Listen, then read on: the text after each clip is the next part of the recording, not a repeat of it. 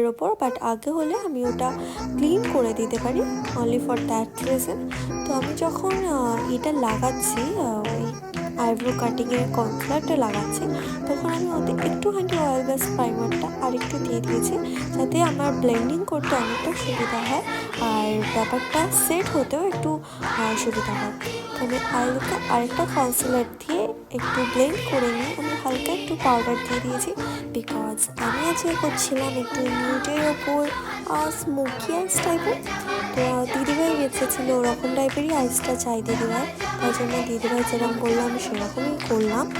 আর একটু ব্রাউনিশ রেখেছি আর একটু নিচেটা ব্ল্যাক দিয়েছি, খুব হাই লেভেলের স্মোকি করিনি, বিকজ শাড়িটা খুব আর কি একটু বেনারসি টাইপের ছিল, তাই জন্য আমি খুব ব্ল্যাকিশ টাইপের রাখতে চাইনি।